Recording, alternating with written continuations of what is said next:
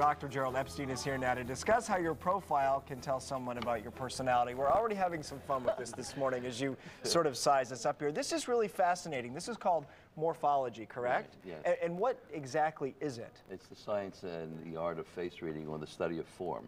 Morph means form, and ology is the study of form.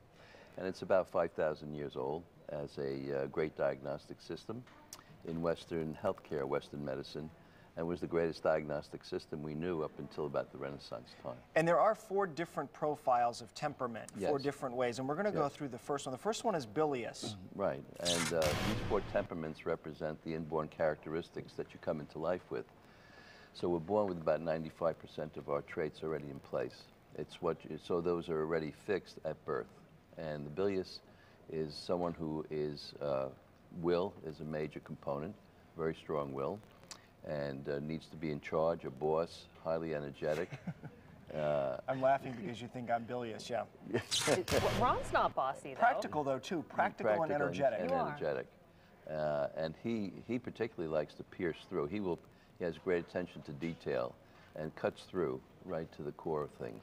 All right, we're going to go through some others, but I got to ask you, I mean, how can there be a relationship between the genes that you inherit that cause the shape of your face and your personality? This kind of science was used years ago to reinforce ethnic stereotypes, wasn't it? Well, yes, because every system has its downside, so it can be used for the negative.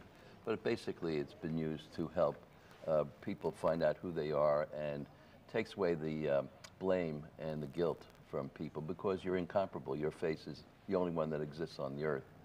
So you are not to be compared to anybody else. You are who you are, and unlike anybody else. All right, let's find out what lymphatic is. Describe that to us. The lymphatic types are devotional and they're visionary, and they're highly organized.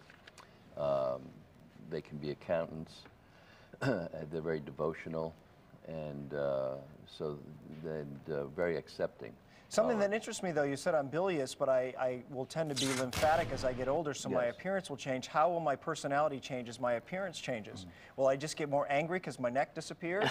And I'm mad because I have no neck? What are you saying? No, actually you become more accepting, more loving, because your type tends to be critical.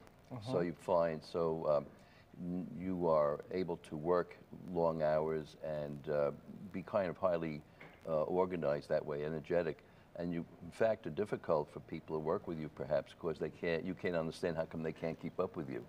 So if we look at your appointment book, you have appointments running all through the day, every 25 minutes, 30 minutes, 40 minutes. You're always off to something else. So as I get jowls, all that will change. All that will change. Tell us about the nervous type, because we have a nervous producer who keeps saying, hurry up. That's her. That's her profile. That's the relationship to time, because the nervous type gets things right away. They're the quickest, most perceptive of all the types. So they're highly intellective, philosophical, but they get things very fast, and they're wonderful communicators. That's true, but lest we forget they're hypercritical. And let's move on now to Jodi's type. She's sanguine. Excuse me? Is it sanguine? Sanguine. Sanguine. She's sanguine. Yeah, so she's... That does look like your profile. So your she's strong jawline. Strong jawline. But sloping forehead and protruding jaw makes me sound like a Cro-Magnon man. Dick Tracy. Remember, what you're seeing on the screen are caricatures, because we want to make the point.